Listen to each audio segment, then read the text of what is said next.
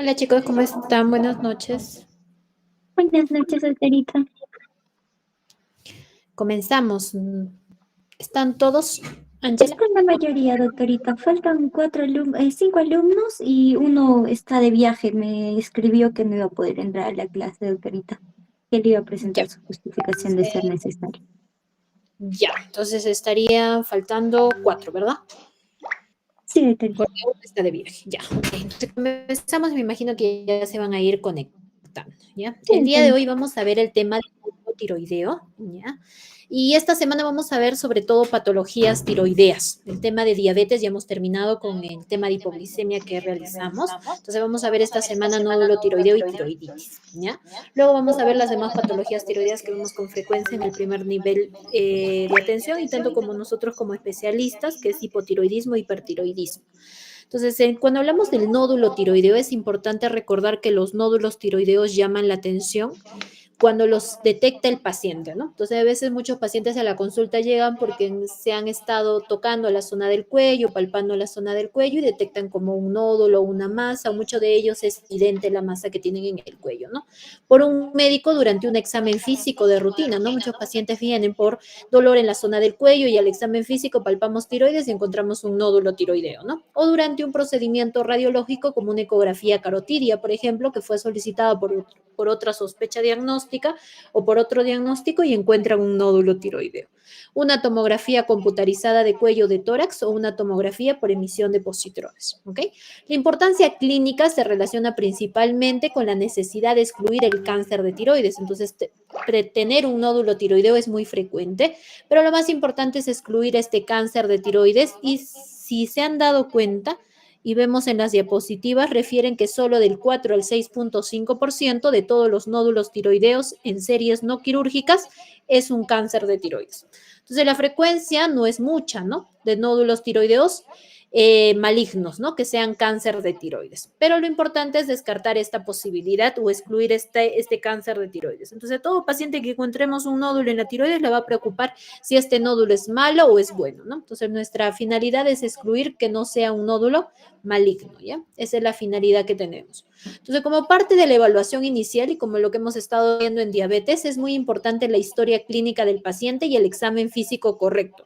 Entonces, todos en sus rotaciones de endocrinología tenemos que ir examinando tiroides para familiarizarnos con ello, ¿no? Dos, vamos a medir la hormona estimulante de tiroides que tiene como siglas TSH, ¿no?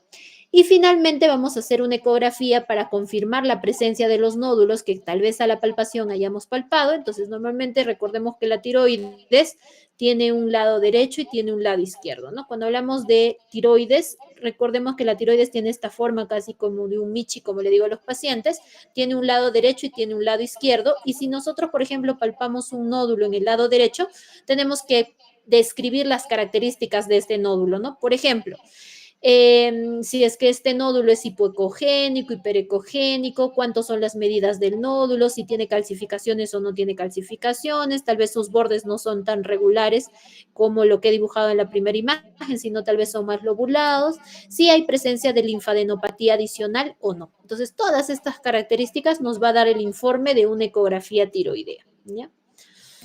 Entonces vamos a comenzar primero con la historia y el examen físico, ¿no? Como parte de la historia tenemos que preguntar el tiempo de enfermedad, ¿no? Desde cuándo percibió el paciente que tiene la masa en la tiroides, ¿no? O en la zona del cuello.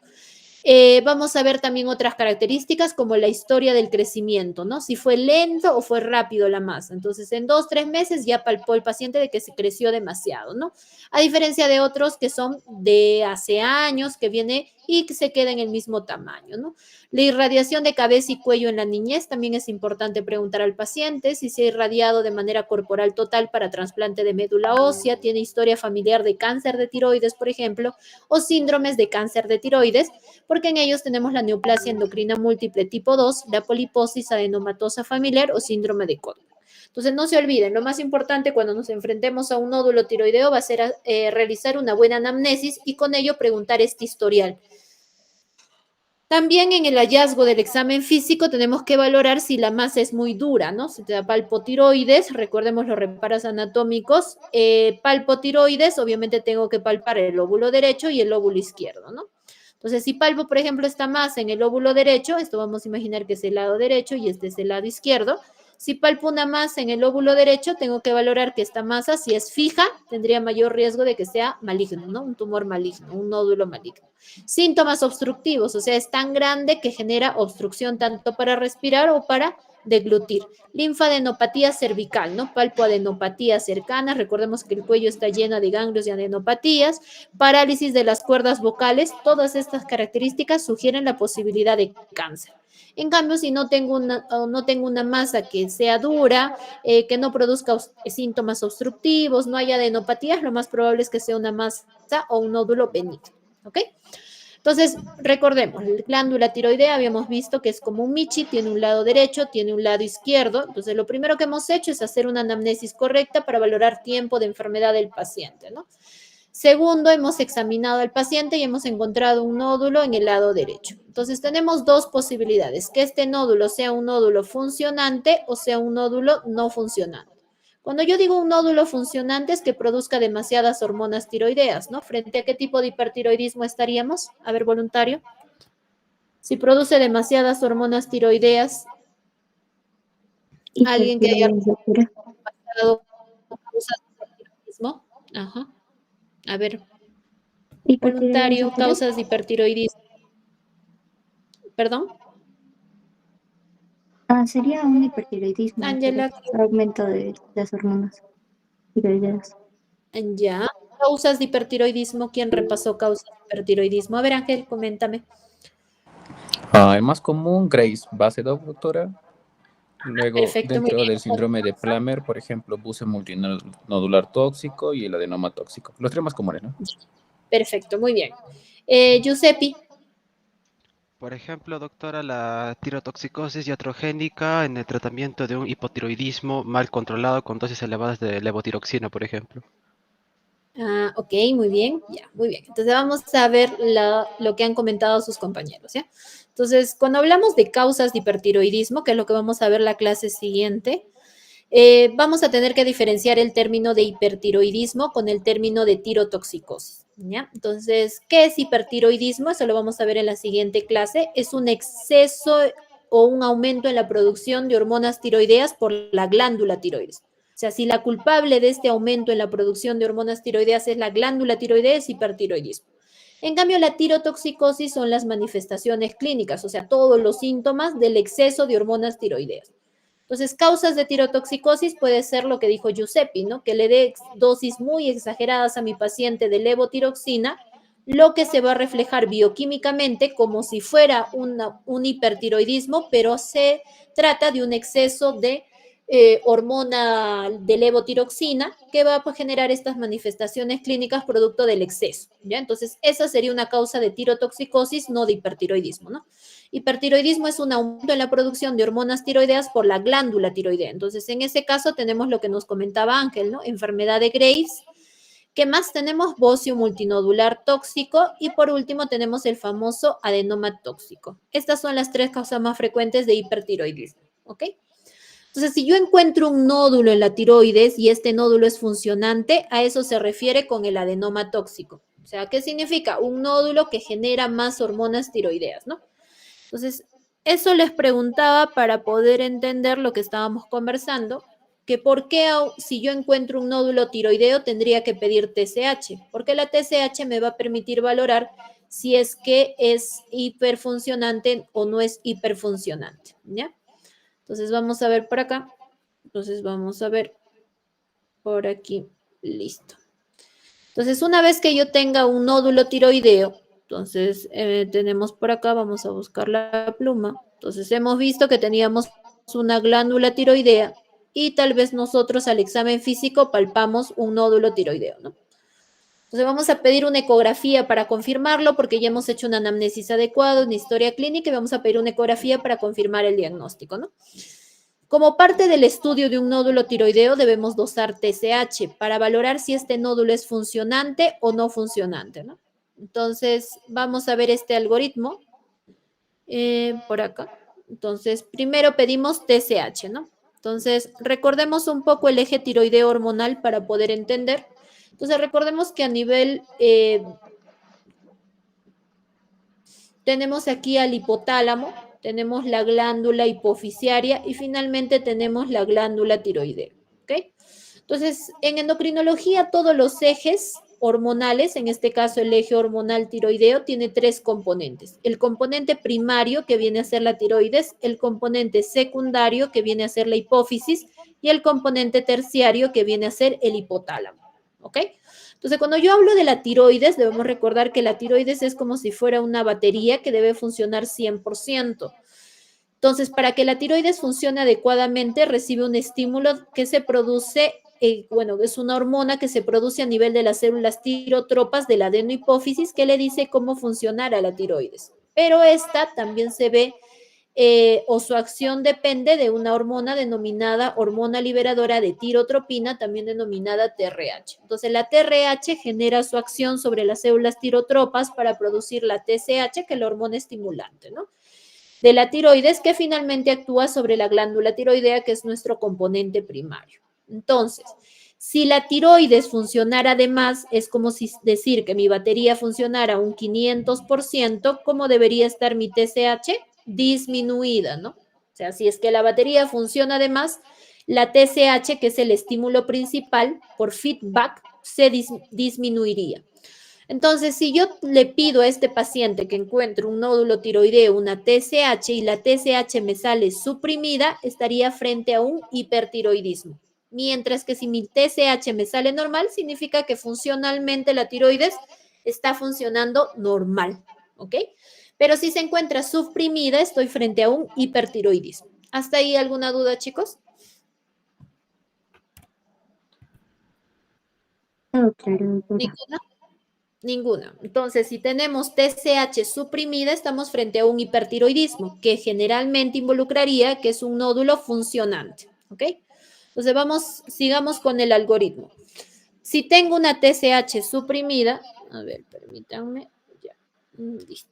Si tengo una TSH suprimida, vamos acá. Si tengo una TSH suprimida, debería medir las hormonas que es T4 libre y T3, ¿ok?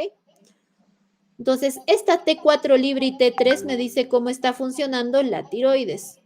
Ya, entonces, ya les he dicho, si la tiroides, que debe ser una batería que debe funcionar 100%, funciona de más, que es como si funcionara, por ejemplo, vamos a imaginar un 500%, la T4 libre ustedes la van a encontrar alta y la T3 también. Entonces, ¿estaríamos frente a qué? Estaríamos frente a un hipertiroidismo primario o también denominado el hipertiroidismo over, ¿no? Que es el hipertiroidismo manifiesto primario. En cambio, si yo encuentro que mi T4 libre y T3 son normales, y mi T3 normales, y mi TSH está suprimida, estoy frente a un hipertiroidismo subclínico. Entonces, ¿cómo diferencio el hipertiroidismo primario de un subclínico? Con la T4 libre y la T3, ¿no? Si estas ambas están normales, es un subclínico, y si ambas están altas, es un hipertiroidismo primario, ¿ok? Caso contrario sería que mi TSH lo encuentre normal, que implica que la tiroides funciona normal, o que mi TSH la encuentre elevada, ¿no? Si mi TSH la encuentro elevada, estoy frente a un hipotiroidismo, ¿ok? Estamos hablando del funcionamiento de la tiroides, ¿no? No de cómo lo encontramos ecográficamente, porque ecográficamente tenemos un nódulo tiroideo que vamos a ver las características en la ecografía, cómo se ve un nódulo benigno a diferencia de un maligno. Si yo tuviera un hipertiroidismo subclínico, solo en algunos casos se debe dar tratamiento. Pero si estoy frente a un hipertiroidismo primario, todos se tratan. ¿Con qué se da el tratamiento? Lo vamos a ver en la clase siguiente. ¿Ya? ¿Cuál es el tratamiento de un hipertiroidismo? Entonces, veamos por aquí. Cuando yo tengo una TSH sérica baja, habíamos visto de que tenemos una glándula tiroidea, yo encontré un nódulo tiroideo aquí en el lado derecho, le pedí una TSH y mi TSH me salió suprimida. ¿Cuál es la siguiente acción?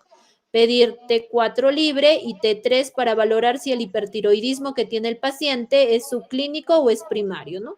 Si sale esto elevado y esto también, estoy frente a un hipertiroidismo primario, y si esto sale normal junto con esto, estoy frente a un hipertiroidismo subclínico. Cuando estamos hablando de un hipertiroidismo, implica de que este nódulo tiroideo probablemente está funcionando de más, ¿no? Sería un nódulo funcionante, ¿no? Entonces, para ello, para determinar el estado funcional de este nódulo, una TSH sérica por debajo de lo normal podría indicarnos que estamos frente a un hipertiroidismo manifiesto o subclínico, como lo hemos comentado, ¿no? Entonces, ¿cuál sería el siguiente paso para valorar si este nódulo es realmente funcionante o no? Viene a ser la famosa gammagrafía tiroidea. Cuando hablamos de gammagrafía tiroidea, hablamos de un procedimiento adicional, no es una ecografía, es una gammagrafía tiroidea, es un procedimiento que lo hacen los doctores de medicina nuclear porque utilizamos radiofármacos, ¿ok? Entonces, se utilizan radiofármacos que puede ser yodo 123 o pernectato de tecnesio 99. Pero este procedimiento de la gammagrafía está contraindicado en gestantes, ¿ok? Entonces vamos a ver la ecografía tiroidea.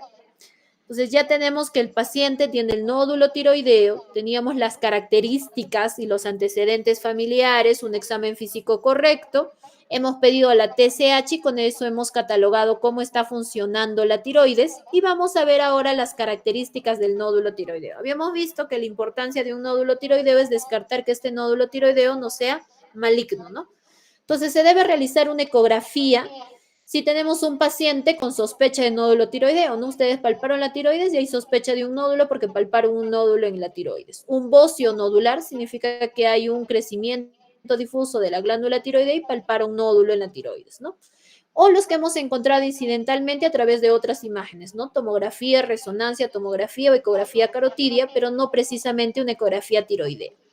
Pero no debemos hacer ecografías tiroideas como screening, ¿no? O como una herramienta de detención para cáncer de tiroides no palpables. O sea, si quieren hacer prevención y descartar y valorar si el paciente tiene cáncer o no, no se realiza ecografía tiroidea, ¿no? Solamente se realiza cuando palpamos nódulos tiroideos. ¿Cuáles son las características ecográficas asociadas con el riesgo de cáncer? Entonces, esto sí es importante que recordemos porque hay características de mayor riesgo de cáncer y menor riesgo de cáncer. Las de mayor hipoecogenicidad, composición sólida, focos ecogénicos puntiformes, que son las microcalcificaciones, si tengo macrocalcificaciones, si tengo calcificación interrumpida de la cáscara de huevo con extrusión de tejido blando, márgenes irregulares, también es signos de mayor riesgo de cáncer. Forma más alta que ancha, mayor riesgo de cáncer. Linfadenopatía sospechosa asociada, mayor riesgo de cáncer. En cambio, si tengo menos riesgo de cáncer de tiroides, tendré estas características. Isoecoico, hiperecoico, de aspecto espongiforme, quistes simples y artefacto de cola de cometa dentro de un componente quístico de un nódulo, ¿ya? O calcificación ininterrumpida de la cáscara de huevo. Entonces, si les preguntara cuáles son las características de malignidad o de sospecha de malignidad en un nódulo tiroideo, tienen que mencionarme todas estas. Y si preguntáramos cuáles son las características de menor riesgo, son todas estas, ¿ok? Entonces, vamos a ver cómo se aplica. Para poder catalogar un nódulo tiroideo apareció el famoso ASR del 2017, que es el esquema de clasificación de TIRATS y una guía para ver qué nódulos van para el seguimiento ecográfico y qué nódulos para una biopsia con aspiración de aguja fina del nódulo tiroideo. Entonces, habíamos dicho que la importancia del nódulo tiroideo es descartar que sea maligno. Por ende, se crean escalas para definir qué hacer con ese nódulo. Si le hago seguimiento ecográfico o ingreso con una aguja a través de una biopsia con aspiración de aguja fina y tomo una muestra del nódulo para ponerlo en unas láminas y que el patólogo pueda valorar si son células benignas o son células malignas. Entonces, esta categoría de las R-tiras incluye 5 criterios: composición, ecogenicidad, forma, margen y focos ecogénicos. Cada una de ellas tiene un puntaje de 0 a 2, de 0 a 3, de 0 a 3 en caso de forma, de margen de 0 a 3 y focos ecogénicos de 0 a 3. Entonces, anotamos todos. Si tuviera un nódulo tiroideo mixto, hipoecogénico, más ancho que alto, bordes definidos y sin ningún foco ecogénico o no tiene calcificaciones, ¿cuál es el puntaje que tiene? A ver, ¿quién sumó ya? ¿Cuál es el puntaje que tiene? A ver, Roger, ¿cuál es el puntaje que tiene? Roger, ajá, perfecto. Roger, ¿cuál es el puntaje que tiene? Ya, chicos, manito, ya, el que va a hablar, manito. Roger, Doctora, 3. ¿qué tal? 3 puntos. Ya, ¿cuáles son los puntajes que has sumado? A ver, cuéntame. Te escucho. ¿Has sumado composición? ¿Hemos sumado ecogenicidad? ¿Cuál hemos sumado? A ver, cuéntame, te escucho.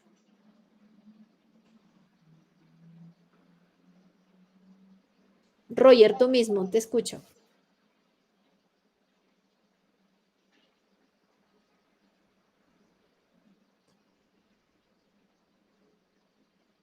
Roger.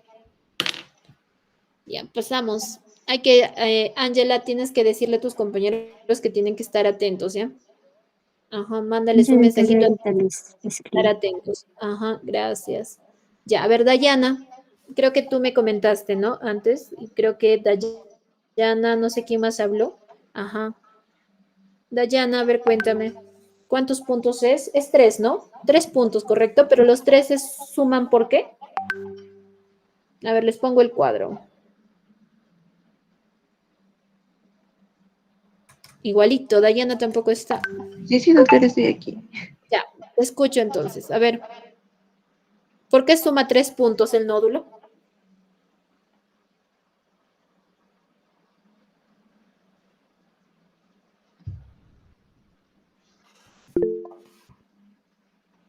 A ver, Mayra. Doctora, Ya, suma 3 atentos. puntos. Suma 3 puntos porque en la clasificación de composición es de tipo mixto, ahí va un punto. En ecogenicidad es hipoecogénico, suman 2 puntos. En forma, Ajá. 0 puntos. En márgenes, 0 puntos. Y en foco ecogénico, que dijo que no tiene ningún artefacto, también 0 puntos. Perfecto, muy bien. Entonces sería 3 puntos, ¿no, Mayra? Ok. Entonces nos ubicamos en la parte inferior, chicos, todos, incluido Mayra, y vemos, ¿no? Si es 3 puntos, ¿cómo se llama? TIRATS 3, ¿correcto? Entonces, el apellido de su nódulo tiroideo o el nombre completo va a ser un nódulo tiroideo. Vamos a imaginar que está en el lóbulo derecho, sería un nódulo tiroideo en el lóbulo derecho, TIRATS 3. Ese va a ser el diagnóstico final, ¿ya? Entonces, si este nódulo, Mayra, tú misma, mediría 1 centímetro, ¿qué hacemos con el nódulo? Entonces, para eso vemos la clasificación en la parte inferior y te dice, si es un TIRAS 3 y se tiene un tamaño de 25 milímetros para adelante, hay que biopsiarlo, ¿no? Pero si mediría 1 centímetro, que sería 10 milímetros, no lo biopsiamos, ¿no? Solamente seguimiento ecográfico, ¿ya? En el caso de un TIRATS 4, que incluye el puntaje 4, 5 y 6 puntos, solamente se biopsian a partir de 15 milímetros para adelante. En el caso del TIRATS 5, 7 puntos, o sea, tendría que sumar 7 puntos todas las características que les comento, se biopsia a partir de 10 milímetros, ¿no? ¿Por qué? Porque el riesgo de malignidad, si ustedes se dan cuenta, va aumentando a medida de la clasificación TIRATS. ¿Ok? Entonces, otro ejemplo. A ver, muy bien, Mayra. Dayana Giuseppi. A ver, Giuseppi, si tuviéramos un nódulo tiroideo sólido, hipoecogénico, más ancho que alto, de bordes regulares, igual vamos calculando todos, ¿no, chicos? Con macrocalcificaciones, ¿cuántos puntos es? Nódulo sólido, hipoecogénico, más ancho que alto, bordes bien definidos y con macrocalcificaciones. ¿Cuántos puntos suma?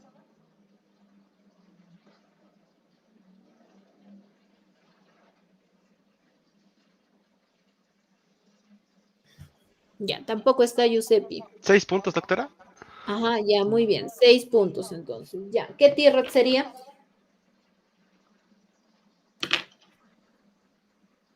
Aunque no suma 6, ¿no? Sumarían 5. No sé. A ver, vemos. Sólidos, 2 puntos. Hipoecogénico, 2 puntos. Sería 4 puntos hasta ahí. Más ancho que alto, 0 puntos. Márgenes bien definidos, 0 puntos. Y tiene macrocalcificaciones. 2 más 2, 4 más 1, 5. 5 puntos es Giuseppe. ¿Por qué sumaste 6? A ver, cuéntame. ¿Dónde te has confundido? En hipogeneidad me salté un punto más de esos. De muy hipoecogénico, tal vez, ¿no? Sí, ahí me equivoqué. Fue un Ya, punto de ok. más. Ya, entonces no se olviden eso. Existe una opción de muy hipoecogénico e hipoecogénico, ¿no? Muy es 3 puntos, pero hipoecogénico es solo 2. Ya.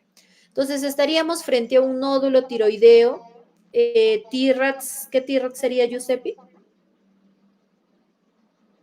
Un T-Rex 4 a 6 ahí mencionaba. Ajá, de tipo 4-6, no, ¿no? ¿Por qué? Porque hemos dicho que un punto es puntaje, es una parte, y los puntos te van a dar el tipo de T-RATS. He dicho que T-RATS 4 incluye 4 puntos, 5 puntos, 6 puntos. O sea, si tiene 5 puntos sería un T-RATS 4. ¿Se entiende? Giuseppe, ¿se entiende o no? Sí, doctora. Listo, entonces no te confundas, ¿ah? Primero se suma el puntaje y luego se ubica acá, ¿no? Que T-RATS es de acuerdo al puntaje. O sea, si es 3 puntos, T-RATS 3. Si es 4, 5, 6, T-RATS 4. Si es 7 puntos a más, T-RATS 5. ¿Ya? Dime, Ángel. Doctora, cuando dice bordes regulares es liso, ¿verdad? Correcto. Bordes regulares o liso, ¿no? Cuando es bordes regulares es 0 puntos. O sea, no suma nada. Ajá. El que suma es bordes lobulados o irregular. Entonces, contigo, Ángel, a ver. Si tuviéramos un nódulo sólido hiperecogénico, más ancho que alto, de bordes lobulados y sin calcificaciones, ¿qué T-RATS es? 1, 2, 3, 4, 5. ¿5? También. Ajá, 5 puntos, ¿verdad? Ajá. Ya. Pero vemos en la parte inferior y dice de 4 a 6 puntos es un T-RATS 4. 4. Ujú. A ver, aquí voy a resaltarlo porque creo que es la parte que no se ha entendido. Entonces, primero sumamos el puntaje y luego lo ubico aquí en puntos. Si suma de 4 a 6 puntos es un T-RATS 4. Si suma 3 puntos es un T-RATS 3. Y si suma de 7 a más es un T-RATS 5. ¿Ok? Entonces, el caso, por ejemplo, que comenté y Ángel me decía de 5 puntos, estamos frente a un T-RATS 4. Entonces, si este T-RATS 4, por ejemplo, me diría 1.2 centímetros, ¿qué haríamos? Seguimiento ecográfico, porque biopsiaríamos a partir de aquí, ¿no? No mide 15 milímetros, mide solamente 12 milímetros o 1.2 centímetros, ¿ok? Entonces, todos los que son menores a este tamaño tenemos que hacer solamente seguimiento ecográfico, ¿ya? Una vez que hayamos definido qué procedimiento hacer, por ejemplo, vamos a imaginar que tenemos un nódulo sólido, muy hipoecogénico, más alto que ancho, hasta ahí sumarían 8 puntos, ¿no? Y que tiene calcificaciones periféricas y es lobulado. Ese nódulo es un T-RAT 5, ¿no? Si mide ese nódulo T-RAT 5, mide 2 centímetros, tiene que biopsiarse, porque se biopsia a partir de esta medida, ¿no? El umbral de biopsia, para adelante, ¿no? Entonces tendríamos que biopsiar a este paciente, ¿no? Porque tiene 2 centímetros el nódulo. Entonces, una vez que realicemos la biopsia, el patólogo informa esta citopatología tiroidea. La clasificación ya no se llama T-RATS como la clasificación ecográfica, sino se llama la clasificación Bethesda. Si es 1, Bethesda 1, significa no diagnóstica. O sea, no tenemos el diagnóstico a pesar de la biopsia. Bethesda 2 significa que es totalmente benigno. Un Bethesda 3, que es una atipia de significado indeterminado. Una atipia 4, que es una neoplasia folicular o una neoplasia folicular oncocítica. Bethesda 5, que es sospechoso de malignidad. Y un Bethesda 6, que es maligno.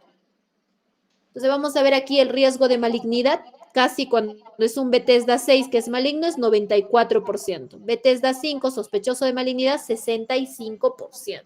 Entonces estos pacientes van a pasar evaluación por cirugía de cabeza y cuello con posibilidad de tratamiento quirúrgico, ¿no? ¿Por qué? Porque tiene sospechoso de malignidad. Finalmente, esto no nos va a dar el diagnóstico final de cáncer, ¿no? El diagnóstico de cáncer va a ser después de la intervención quirúrgica y de la tiroidectomía al paciente, ¿no? Pero esto nos aproxima mucho a la alta posibilidad de cáncer de tiroides, ¿no? Por eso requieren manejo quirúrgico estos pacientes. ¿Hasta ahí, chicos, alguna duda? Ninguna. Los escucho. Doctora, una consulta. Ajá, te En escucho. composición, ¿qué la va a diferenciar? Dice composición quística, Ajá. mixto quística y sólido, y el otro es sólido y completamente sólido. Si solamente la pregunta sería sólido, ¿a cuál de los dos nos inclinaríamos más? Ah, ya. Si les dicen que es un nódulo sólido, tienen que poner 2 puntos, ¿no? De sólido. O sea, ahorita voy a comentarles por acá. Iba a mostrarle una imagen. A ver, creo que tu pregunta va orientado, por ejemplo, si te dicen que es sólido, es 2 puntos. Si es un mixto predominantemente sólido, se refiere a este casi completamente sólido. Ay, ya, Así en la entonces consideramos 2. ecografía, ajá, si en la descripción de la ecografía te dicen quístico, está acá arriba. Si te dicen que es mixto, o sea, tiene quístico y sólido, 1 punto. Pero si la descripción te dice que es mixto, pero predominantemente sólido, significa que es un 2 puntos porque es el casi completamente sólido. ¿Ok? Muchas gracias, sí, doctorita. Ya. Entonces, por ejemplo, ese T-Rex que yo les he puesto ahí, lo van a encontrar ustedes en internet, ¿no? ¿Se logra ver la pantalla? Sí, doctora. Sí, doctor. Ya. Entonces, aquí, por ejemplo, yo he colocado T-Rex y me sale esto, ¿no? Mira, acá inclusive te salen calculadoras para que tú ingreses directamente el puntaje, ¿no? Por ejemplo, si es mixto, pones 1 punto. Puede ser, por ejemplo, un mixto hiperecoico, ya. Más ancho que alto. Márgenes, márgenes suaves, ¿no? Ya, vamos a ponerle mal definidos. Y que tenga macrocalcificaciones. ¿Cuántos puntos te sale directamente aquí? Mira. Total score, 3 puntos, porque hemos sumado 3 puntos, ¿no? Acá 1 punto, 2 puntos y 3 puntos con macrocalcificaciones. Entonces sale un total de score 3 puntos, pero 3 puntos corresponde a un TRAS 3, porque hemos dicho que 3 puntos es un TRAS 3, ¿no? O sea, sería ligeramente sospechoso y se biopsia si es mayor o igual a 2.5 centímetros. Y seguimiento ecográfico si es mayor o igual a 1.5 centímetros. O sea, si mediría 3 centímetros este nódulo que les estoy comentando, tendríamos que pasarlo a biopsia, ¿no? Con aspiración de aguja fina, ¿ya? Entonces, ¿cómo hacemos la biopsia? Vamos a ver por acá. Igualito, ¿no? Por ejemplo, voy a cambiar acá para ver un TRAS 4, sería sólido, hipoecoico, y ya estamos. Ya seríamos un TRAS 4, ¿no? Igualito, se biopsia a partir de 1,5 centímetros, ¿no? O 15 milímetros. Y por aquí tenemos el TRAS 5, ¿ya? Vamos a ver acá, ya, listo. Acá macrocalcificaciones ya no. TRAS 5, se biopsia a partir de 10 milímetros o 1 centímetro, ¿no? Entonces es importante el tamaño también, aparte de las características, ¿no? Entonces, en la biopsia, ¿cómo hacemos la biopsia? Ingresamos con una aguja, biopsia con aspiración de aguja fina. Vamos a ingresar con una aguja, tiroides, esta, ¿no? Ingresamos, por ejemplo, aquí vamos a imaginar que el nódulo está en este lóbulo tiroideo derecho, ingresamos con la aguja y hacemos una biopsia con aspiración de aguja fina con apoyo del transductor, ¿no? Entonces ubicamos el nódulo y realizamos la biopsia, ¿no? Entonces finalmente lo fijamos en láminas que finalmente lo van a leer el patólogo, ¿no? Entonces las láminas de las biopsias, acá vamos a láminas de biopsia, y los fijamos para poder ser enviados a los patólogos, ¿no? Entonces el patólogo ya va a dar la lectura final una vez que ya hayamos fijado la lámina, ¿no? Entonces no hacemos corte, nada, solamente ingresa la aguja, hacemos la biopsia con aspiración y eso es todo para confirmar si es que es maligno o no es maligno, ¿no? El nódulo tiroideo, ¿ok? Listo. ¿Hasta ahí alguna duda, chicos? Ninguna. Ya, dime, Junior. Doctora, buenas noches. Una consulta. Nos comentaba que la diferencia entre hipertiroidismo clínico y subclínico es que el T3 y T4 en el clínico están elevados y en el subclínico están normales, ¿no? Pero mi pregunta es, parte del laboratorio, en la clínica, el hipertiroidismo subclínico quiere decir que no da sintomatología de hipertiroidismo o en la clínica, ¿cuál sería la diferencia, doctora? Ya. Clínicamente muchas veces no podemos diferenciarlos porque ambos te pueden dar síntomas. Entonces vamos a ver en la clase siguiente cuando hablemos de hipotiroidismo, hipertiroidismo, que hay síntomas a veces que son muy inespecíficos, ¿no? Por ejemplo, en hipotiroidismo nos dan algunos síntomas que también pueden presentarse por otras enfermedades. Entonces, clínicamente en el primario a veces encontramos más síntomas, pero pueden presentarse en ambos los mismos síntomas, que vamos a ver la clase siguiente, ¿no? Que son palpitaciones, temblor de manos, ansiedad, pérdida de peso, hiperdefecación. O sea, ambos síntomas se pueden presentar en ambas situaciones. Lo que los define y los diferencia mucho son bioquímicamente, que es lo que bien lo has dicho, ¿no, Junior? TSH suprimida con T4 libre y T3 alta, un hipertiroidismo primario, y una TSH suprimida con una T4 libre normal y una T3 normal, un hipertiroidismo subclínico. Ujú. La otra diferencia sería la otra diferencia sería que el hipertiroidismo primario todos se tratan y en el hipertiroidismo subclínico solo se tratan en algunas ocasiones. Ujú. Así es. Ok, doctora, gracias. Ujú. Listo. Entonces, como no hay preguntas, pregunto yo. Renzo, ¿estás? Sí, doctora, buenas noches. ¿Qué tal? Buenas noches. Ya. Renzo, si tuvieras un paciente que acude a consulta por una sensación de bulto en la zona del cuello, ¿qué harías? Pasaríamos a evaluar al paciente, doctora. Examen físico. Disculpe. ¿Examen físico directamente o le harías algunas preguntas al paciente? Primero, haríamos las preguntas sobre si ha habido alteraciones o alguna sintomatología últimamente. Después Ajá. haríamos una exploración física para descartar si es que hay algún crecimiento o nódulo y recién pediríamos los exámenes de imágenes, ¿no? Ok, perfecto. Para catalogar qué tipo de nódulo estamos enfrentándonos, ¿no? ¿Qué nos olvidamos, Pavel, de lo que dijo Renzo? ¿O estás de acuerdo con todo lo que he mencionado? En general mencionó lo importante, ¿no? Hacer la correcta anamnesis. Ya.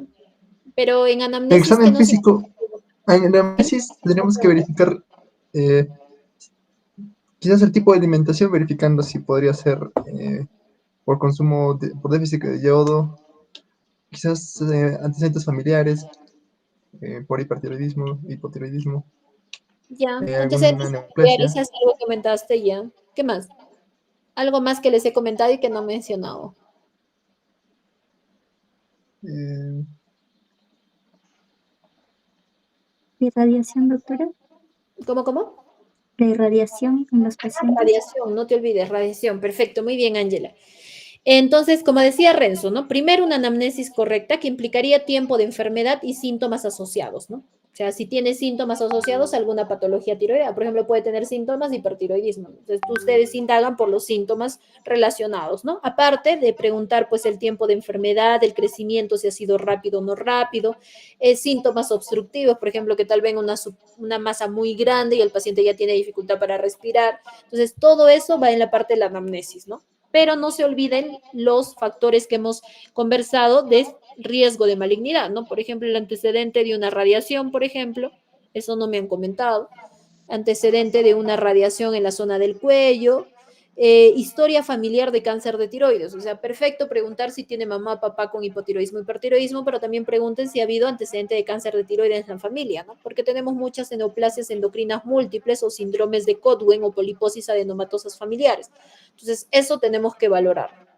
Y luego recién pasamos al examen físico que nos mencionaba Renzo y finalmente vamos a valorar la funcionalidad de la glándula tiroidea o la funcionalidad de ese nódulo tiroideo, ¿no? Entonces, para valorar la función tiroidea debemos pedir una TSH sérica, no se olvide. Y finalmente la ultrasonografía o ecografía tiroidea para valorar las características del nódulo tiroideo y valorar si este nódulo va a ir para biopsia o solo seguimiento de ecografía tiroidea y le das la tranquilidad al paciente de que no hay alta sospecha de cáncer, ¿no? Y puede estar años y años con ese nódulo tiroideo, ¿no? ¿Ok? Listo, chicos, muy bien. ¿Alguien más que tenga alguna pregunta o quiera comentar algo de nódulo tiroideo para pasar a tiroiditis? Ninguno, ya, perfecto. Entonces pasamos al tema de tiroiditis ahora. Y el tema de tiroiditis es un poquito más sencillo. Y cuando hablamos de tiroiditis, hablamos de que abarca un grupo de trastornos caracterizados por una inflamación de la glándula tiroidea. Entonces, tiroiditis abarca dos grupos grandes. Una es las tiroiditis que producen enfermedad aguda con dolor tiroideo severo y sensibilidad local. Y por el otro lado tenemos la tiroiditis donde no hay inflamación clínicamente evidente, pero se manifiesta con disfunción tiroidea o bocio, ¿ya? Entonces, a la cabeza de las tiroiditis tenemos las tiroiditis dolorosas y las tiroiditis no dolorosas. Cuando hablamos de las tiroiditis dolorosas, tenemos que recordar a la famosa tiroiditis subaguda o también denominada tiroiditis de Kervain o también de tiroiditis subaguda no supurativa o una tiroiditis granulomatosa subaguda, ¿ya? Por otra parte, tenemos la famosa tiroiditis infecciosa, que puede ser aguda o puede ser crónica, la tiroiditis inducida por radiación y lo que les he comentado a los chicos de mi grupo de práctica, las tiroiditis inducidas por palpación o traumatismo, ¿no? Entonces, por ejemplo, ahora que les decía que tienen que palpar tiroides, si palpamos muy fuerte la tiroides, se puede inflamar la tiroides por la palpación, ¿no? Entonces, en eso sí tenemos que tener cuidado. Y por otra parte, tenemos las tiroiditis no dolorosas. Por ejemplo, tenemos la tiroiditis silente, también denominada tiroiditis linfocítica subaguda. Tenemos la ocurrida posparto, las mediadas por algunas drogas como inhibidores de la tirosinquinasa, la inmunoterapia de los inhibidores del punto de control, el litio, el interleuquina 2 y el interferón alfa. También tenemos las tiroiditis linfocíticas crónicas, denominadas tiroiditis de Hashimoto, que ustedes lo han escuchado probablemente, y que se exacerban a veces algunas en el posparto. La tiroiditis asociada por la miodarona, que es un medicamento usado en cardiología, y la tiroiditis fibrosa, o también denominada tiroiditis de Riedel o invasiva. Vamos a comenzar con la tiroiditis más preguntada y es la que más vemos con frecuencia, que son las tiroiditis subagudas dolorosas de Kervain o la granulomatosa subaguda. Como vamos a mencionar cuando hablemos de patología tiroidea, las patologías tiroideas son más frecuentes en mujeres que en hombres. En este caso, tiroiditis subaguda no es la excepción, ¿no? Se presenta de 3 a 5 en mujeres por cada hombre. Es producida por una infección viral, ya que muchos pacientes tienen el antecedente de una infección de vías respiratorias superiores, por lo general 2 a 8 semanas antes. Entonces, en este caso vamos a tener pacientes jóvenes o pacientes adultos que vienen con un antecedente de infección de vías respiratorias y 2 semanas después presentan un cuadro clínico característico de exceso de producción de hormonas tiroideas.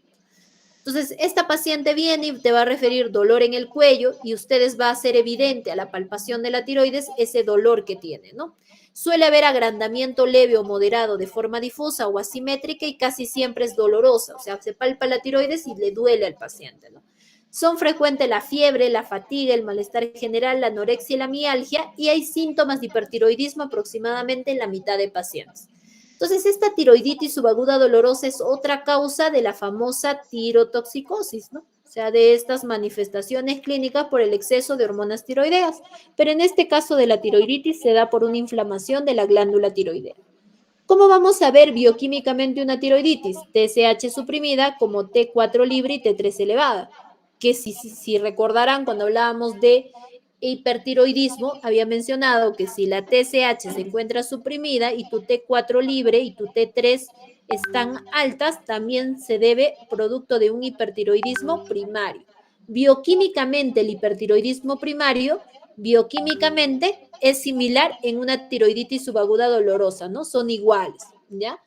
Pero la ecografía, el flujo vascular es de pobre intensidad. En el caso de la tiroiditis subaguda dolorosa, en el caso de un hipertiroidismo primario, por ejemplo, por enfermedad de Graves, el flujo vascular va a estar muy aumentado. Eso podría diferenciar de una ecografía del flujo vascular de pobre intensidad de una tiroiditis subaguda dolorosa. ¿No? Cuando hablamos de tiroiditis subaguda dolorosa, esta pasa por fases.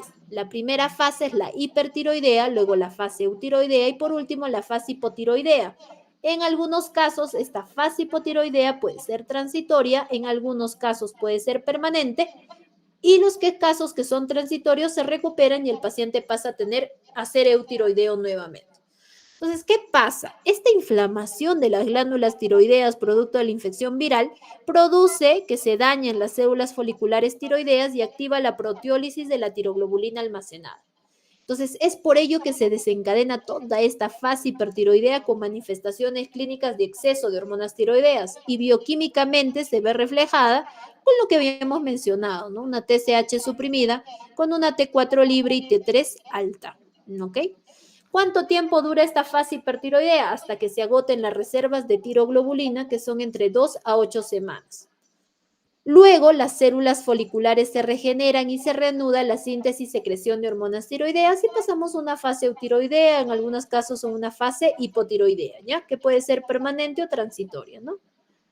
En caso, algunos pacientes solo tienen fase hipertiroidea o hipotiroidea, ¿no? Algunos no cumplen toda esta tríada que les he comentado en estas fases distintas. ¿Cuál es el cuadro clínico característico? A diferencia de un hipertiroidismo primario producto de una enfermedad de Graves, vamos a ver de que en estos pacientes con tiroiditis subaguda dolorosa, como dice su propio nombre, es muy doloroso en la zona del cuello. O sea, palpamos la zona del cuello, el paciente se va a quejarse de mucho dolor. ¿Qué más tienen? Fiebre, fatiga, malestar general, anorexia y mialgia. Y la glándula tiroidea suele tener un agrandamiento leve o moderado, ¿no? O sea, se puede palpar un poco más grande de lo normal.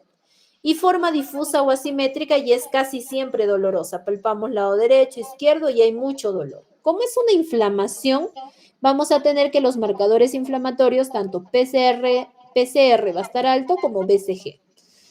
Y también vamos a encontrar en la fase hipertiroidea lo que les había comentado, T4 libre elevada, T3 elevada y TSH suprimida, ¿no? Que es similar bioquímicamente a un hipertiroidismo primario. ¿Pero qué los diferencia ecográficamente? Recordemos que el flujo vascular es de pobre intensidad en la ecografía y en la gammagrafía tiroidea es de baja captación, mientras que en el caso de una enfermedad de Graves, la gammagrafía me va a dar un bocio difuso hipercaptante y la ecografía va a tener demasiado flujo vascular, ¿no? Que es lo que les he comentado. Entonces vamos a ver aquí la diferencia. Esta es una gammagrafía normal porque se ve la silueta de la tiroides, ¿no? O sea, después del radiofármaco se ve la silueta de la tiroides. Pero aquí, por ejemplo, se ven puntos aislados, ¿no? Así se ve una tiroiditis, una baja ausencia de captación de yodo, ¿no? O del radiofármaco que se aplicó al paciente. Una vez que hayamos llegado al diagnóstico de tiroiditis, tenemos que hacer un manejo adecuado. ¿Cuál es el manejo de la tiroiditis? Como es una inflamación, son antiinflamatorios el tratamiento. Entonces, ¿cuáles son ellos? Naproxeno o ibuprofeno. Síntomas sistémicos, prednisona, que debe aliviar el dolor en 1 o 2 días. Y el manejo del hipertiroidismo, a menudo no se necesita el tratamiento que vamos a ver en la siguiente clase, que son tionamidas o tiamazol, que es lo que usamos para el tratamiento del hipertiroidismo, sino que solamente si amerita le damos propranolol o atenolol para controlar la respuesta adrenérgica en la fase hipertiroidea, ¿no? Y cuando hablamos del manejo del hipotiroidismo, a menudo no se necesita terapia, pero si están presentes suelen ser leves y de corta duración el hipotiroidismo. Por otro lado, tenemos la tiroiditis infecciosa. Esta puede ser aguda o puede ser crónica, y cuando es aguda produce un absceso, cuando es crónica es producto de micobacterios, hongos o neumocistis. La tiroiditis infecciosa aguda, aparición es repentina, produce dolor y sensibilidad en el cuello, que suele ser unilateral, y va acompañada de fiebre, escalofríos y otros síntomas y signos de infección, ¿no? Pero si es crónica, puede ser una infección bilateral y el dolor y la sensibilidad son menos prominentes que en las infecciones agudas y en algunos pacientes con hipotiroidismo. ¿Ok?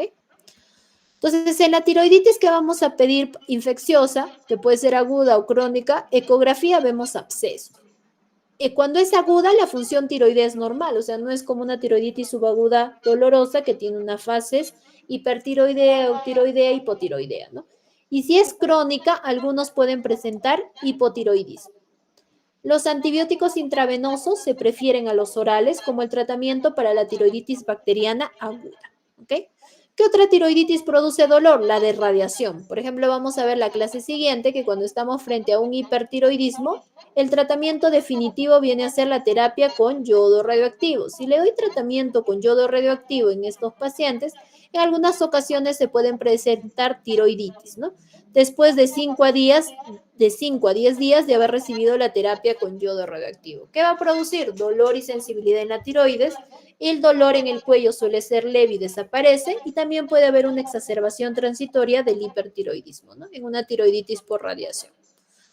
En una tiroiditis por palpación o inducida por traumatismo, le palpo de manera vigorosa el cuello al examen físico, le realizo una BAF, tal vez he hecho muchas punciones de BAF, cirugía o traumatismo en el cuello, y va a haber un hipertiroidismo transitorio con un dolor y sensibilidad transitoria en el cuello. ¿Ya? Hasta ahí, chicos, ¿alguna pregunta? Antes de pasar a las tiroiditis que no son dolorosas. ¿Preguntas? Muy bien, Ángel, te escucho.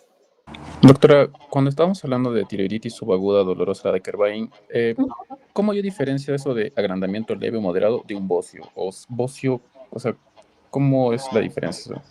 Ya. Podrías encontrar también bocio. O sea, normalmente cuando nosotros vamos a ir, eso sí, es importante al examen físico. A veces cuando palpamos la tiroides, vemos tiroides muy grandes, muy marcado el crecimiento, podríamos sospechar de un bocio. Para definir bocio necesitamos medidas en la ecografía tiroidea de un parámetro, de las medidas que solemos ver en el informe de la ecografía tiroidea. A simple vista, a veces es evidente tener el bocio. No sé si has visto los pacientes que hemos visto ahora último en la consulta. Tuvimos ahí 2 pacientes hipertiroideas, creo, ¿no, Ángel? No Sí, recuerdo doctor. si los vieron ustedes, pero eso sí vamos a tener que verlo en práctica, porque esa descripción es en el examen físico. Entonces, hay algunos pacientes que es evidente el bocio, en otros, el bocio, por ejemplo, tú normalmente lo ves. El agrandamiento o leve crecimiento de la tiroides se palparía porque muchas veces no es evidente, ¿no? O sea, tú haces hiperextender un poquito la cabeza al paciente, no lo vas a ver, pero en ambas situaciones puede haber, o sea, en la tiroiditis puede haber tanto bocio como un ligero incremento, ¿no? Pero la característica más que el crecimiento es el dolor a la zona de la palpación. Cuando tú palpes un bocio o un aumento de tamaño de una tiroides por una enfermedad de Graves, por otra causa, no hay tanto dolor como en una tiroiditis subaguda dolorosa o de Kervain. Entonces, lo primero que les tiene que llamar la atención es el dolor. El paciente va a referir demasiado dolor a la palpación. O sea, ustedes hacen una palpación súper superficial y el paciente ya se está quejándose de dolor. Entonces, eso es lo que más les debería llamar la atención. Tu pregunta está muy bien porque en relativa a lo más importante es diferenciar un hipertiroidismo primario, por ejemplo, por una enfermedad de Graves y una tiroiditis subaguda dolorosa. Con lo que yo te he comentado, ¿cómo diferenciarías si ambas enfermedades, o bueno, la tiroiditis subaguda, te viene el paciente con todos los síntomas de un hipertiroidismo porque está en una fase hipertiroidea? ¿Cómo diferenciarías? Ángel, tú mismo. Mm, quizás marcadores de inflamación podemos Ya. solicitar. Ok, entonces sería el paciente, por ejemplo, sería una paciente mujer de 25 años de edad que acude a consulta por presentar palpitaciones, temblor de manos y pérdida de peso de 2 meses, más o menos vamos a ver, 4 semanas de evolución, o sea, 4 semanas del tiempo de enfermedad. Hasta ahí donde yo he mencionado, ¿qué preguntas harías al paciente? El antecedente de infección viral. Ya, perfecto, muy bien. Entonces tendrías que preguntar si 2 semanas previas al cuadro inicial, que son 4 semanas, presentó una infección de vías respiratorias superiores, ¿correcto? Ajá. Perfecto, muy bien. A ver, al examen físico, Renzo, ¿qué te llamaría la atención para sospechar de una tiroiditis subaguda dolorosa? Crecimiento de tiroides vamos a ver en ambas, ¿no? En un Graves y en una tiroiditis subaguda dolorosa, por lo mismo que había mencionado, ¿no? Va a haber un agrandamiento de la tiroides o un bocio. ¿Qué te llamaría la atención al examen físico?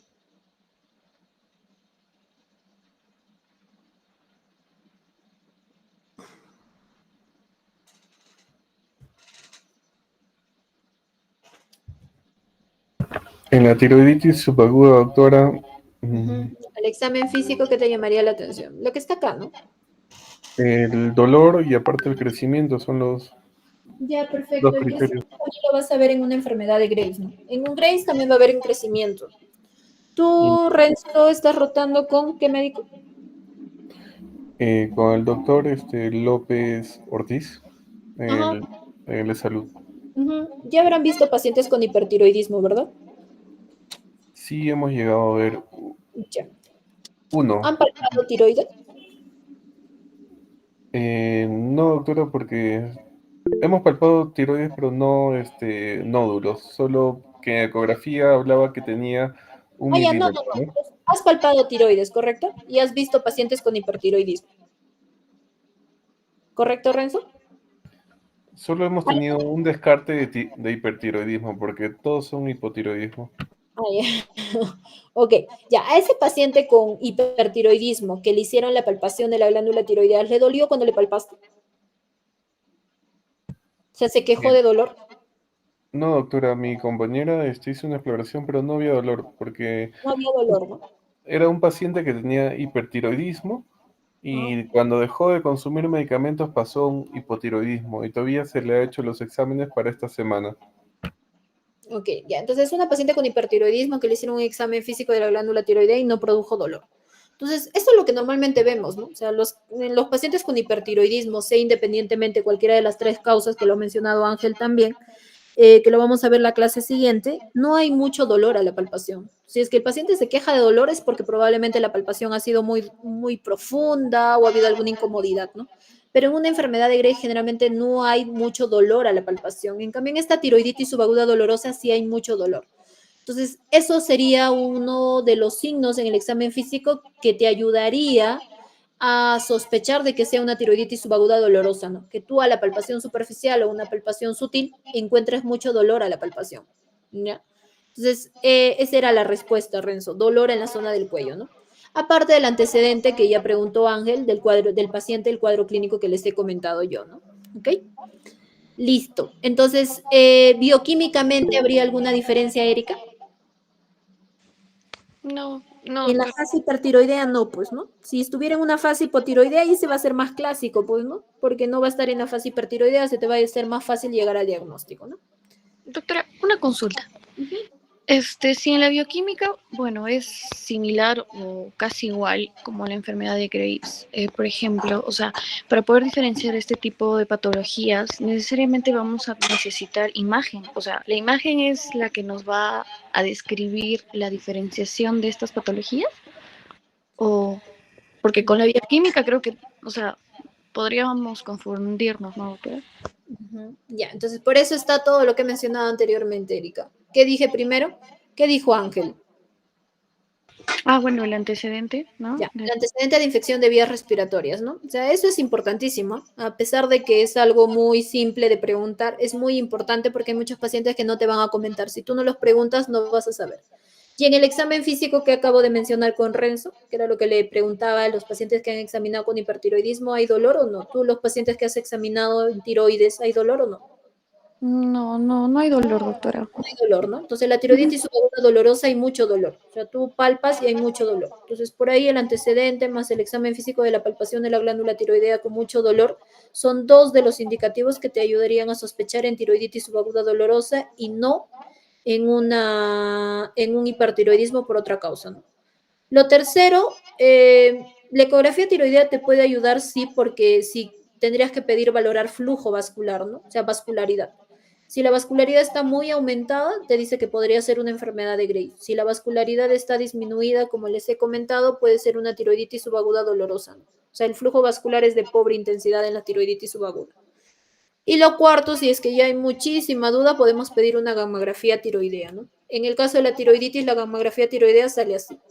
En el caso de una enfermedad de Graves, que lo vamos a ver en la siguiente clase, la gamografía tiroidea es distinta, ¿no? Hay una hipercaptación difusa de toda la tiroides, ¿no? O sea, te dicen bocio difuso hipercaptante. Esa es la conclusión que te dan de la gamografía tiroidea de enfermedad de Graves. Entonces, si hubiera alguna duda adicional, a pesar de tu cuadro clínico, de todo lo que les he comentado del examen físico y todo, podrías pedir ambos exámenes, incluidos los marcadores inflamatorios que ha comentado Renzo, ¿no? Me decía, doctora, podríamos pedir marcadores inflamatorios, ¿no? Esta es una gamografía de un hipertiroidismo, de una enfermedad de Graves. Lo que ven está aquí. No sé si ven la manito que estoy señalando en la B. Sí, se ve, doctora. ¿No? Ya, esta es la gamografía de una enfermedad de Graves, que es un bocio difuso hipercaptante. En cambio, en una tiroiditis, en la gamografía, como sale, es clásico, no es claro, miren, la diferencia. Con eso ya no hay más dudas, ¿no? Pero a veces no llegamos hasta este punto, o sea, solamente con el antecedente, más el cuadro clínico, más el examen físico es suficiente para llegar al diagnóstico, ¿no? Es importante que sí hagan un diagnóstico certero, porque si se han dado cuenta acá, la enfermedad de Graves no se trata igual que una tiroiditis subaguda dolorosa, ¿no? Porque esta tiroiditis subaguda dolorosa, el tratamiento es aliviar el dolor, antiinflamatorios, ¿no? En una enfermedad de Graves utilizamos tiamazol, tionamidas, que es lo que vamos a ver en la clase siguiente. Ajá, eso lo vamos a comentar en la clase siguiente. Ok, listo. ¿Alguna otra duda más, Gracias, doctora. Ya, Erika. ¿Alguna otra duda más? ¿Ninguna? ¿Todo claro? Listo. Entonces vamos a hablar ahora de las tiroiditis no dolorosas para poder terminar. Las tiroiditis no dolorosas es más sencillo, ¿no? Llegar al diagnóstico, no hay mucho diagnóstico diferencial. Entonces, vamos a ir viendo por acá las tiroiditis sin dolor, ¿no? Tenemos la tiroiditis indolora, silenciosa, linfocítica subaguda, ¿no? Del 1 al 5% de los casos de hipertiroidismo. El hipertiroidismo suele ser transitorio, seguido de un hipotiroidismo y luego una recuperación. Se debe considerarse como causa de hipertiroidismo en cualquier paciente que haya tenido síntomas durante menos de 2 meses y tenga un pequeño bocio difuso o ningún agrandamiento de la tiroides, ¿ya? Pero aquí no hay dolor, ¿no? Que es el dolor clásico de las otras tiroiditis que hemos visto.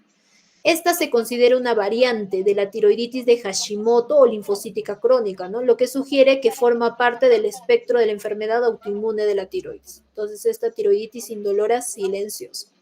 Por otro lado, tenemos las tiroiditis posparto, ¿no? Que clínica y patogénicamente son similares a la tiroiditis indolora, pero ocurren en mujeres dentro del año posterior al parto o después de un aborto espontáneo o inducido. Y la diferencia de la tiroiditis indolora en que más pacientes tienen concentraciones séricas de anticuerpos antitiroideos positivos, ¿no? Entonces, ¿cuáles son los anticuerpos que pedimos normalmente para confirmar tiroiditis de Hashimoto? Antitiroglobulina y anti-TPO, ¿no? Son los dos anticuerpos que solemos pedir para confirmar tiroiditis de Hashimoto.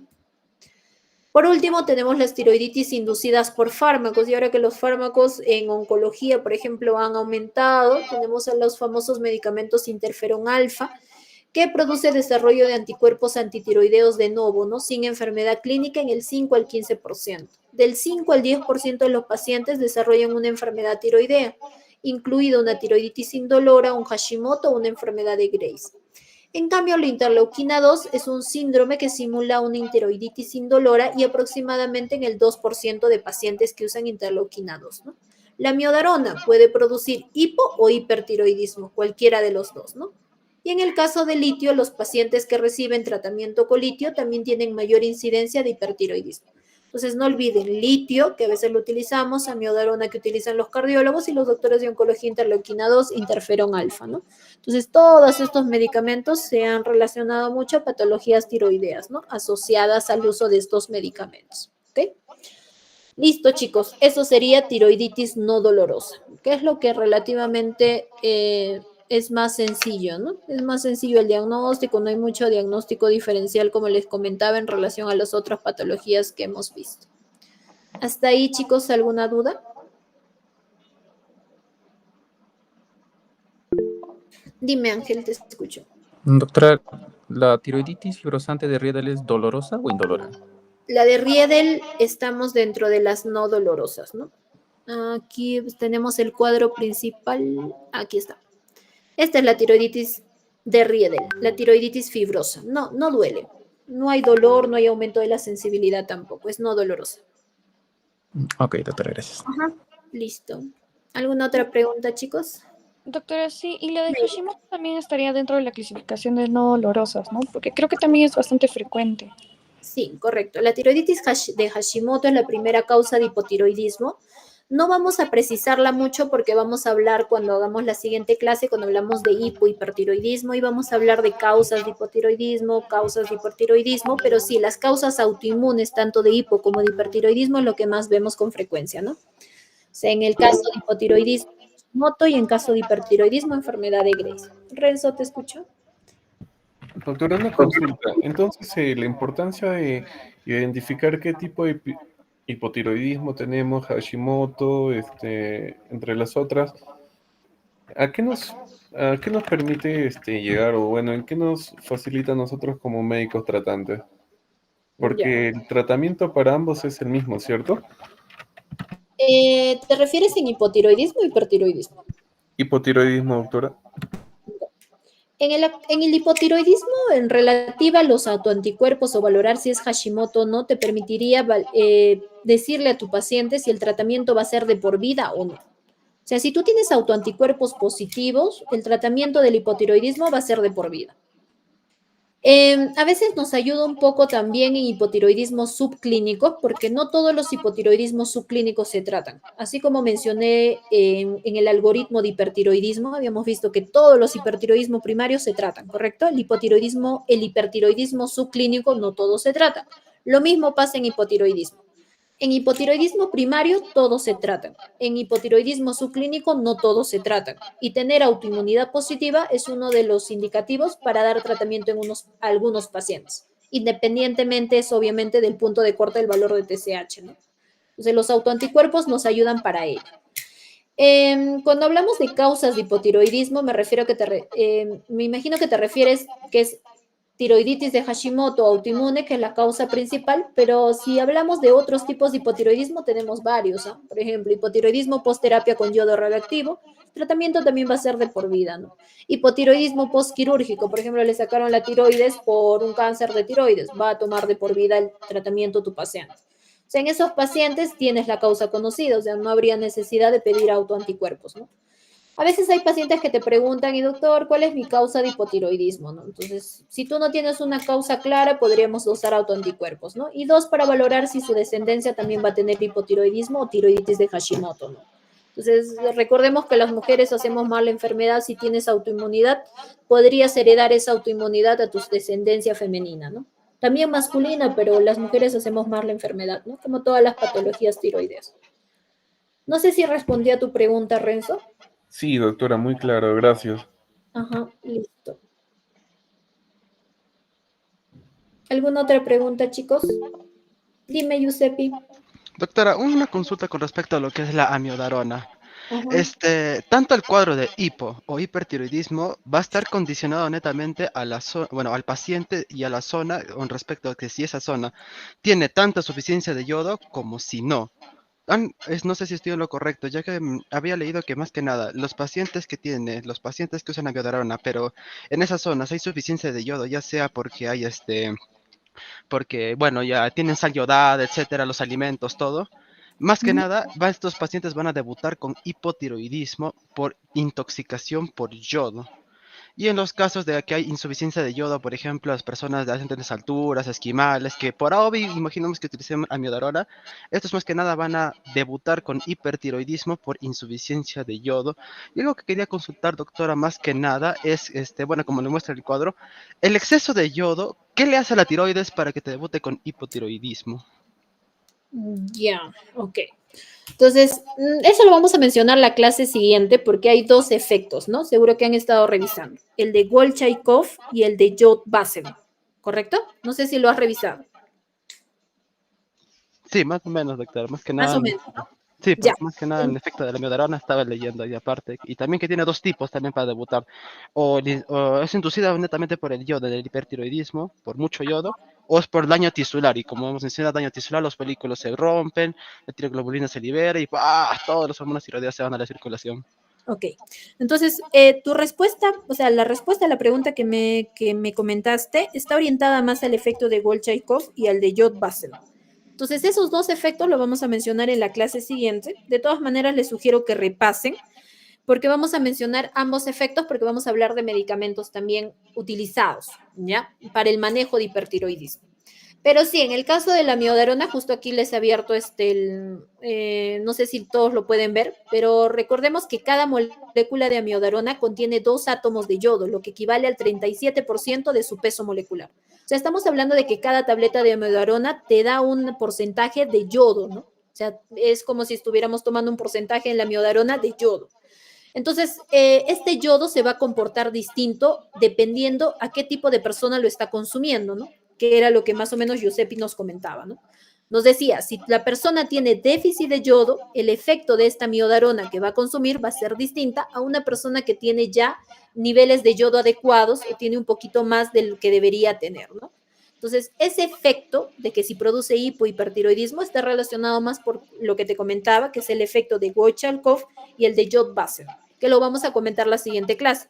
Pero sí, la miodarona tiene yodo, entonces es por ello que su comportamiento va a ser distinto dependiendo a tu cantidad de yodo que tiene tu glándula tiroidea.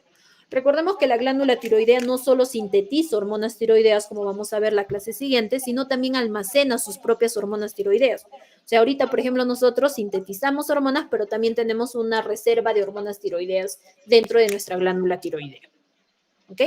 Entonces, vamos a repasar esos dos efectos, el de Golchaikov y el de Jod-Basedow. ¿Ya, Giuseppe? Entonces, me comentas la siguiente clase y en función de lo que vamos a ir mencionando, y vemos cuál es el efecto exacto y por qué se produce. ¿Ok? Ok, Doc. Ya. ¿Alguna otra duda más, chicos?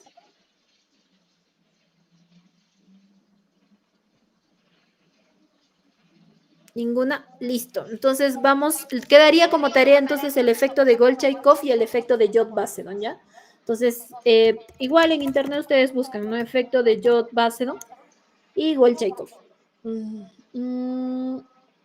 Acá está, efecto de Golchaikov y el fenómeno de Jod-Basedow, ¿ok? O sea que igualito es súper simple, porque más o menos lo que estaban comentando, vamos a ir hablando de cuál es cada efecto, cómo se produce o cómo se da en la glándula tiroidea, ¿no? En función también a los medicamentos que vamos a hablar del manejo del hipertiroidismo en la próxima clase, ¿ya? Entonces no se olviden, Jod-Basedow y Golchaikov. Listo. Listo, chicos, si no hubiera ninguna otra pregunta, nos vemos en la clase del día miércoles. Esa clase nos toca hipotiroidismo, hipertiroidismo, ¿ya? Ahí creo que va a quedar más claro lo que hemos estado conversando el día de hoy. Gracias, doctora. Listo, Muchas Ángela. gracias, doctora.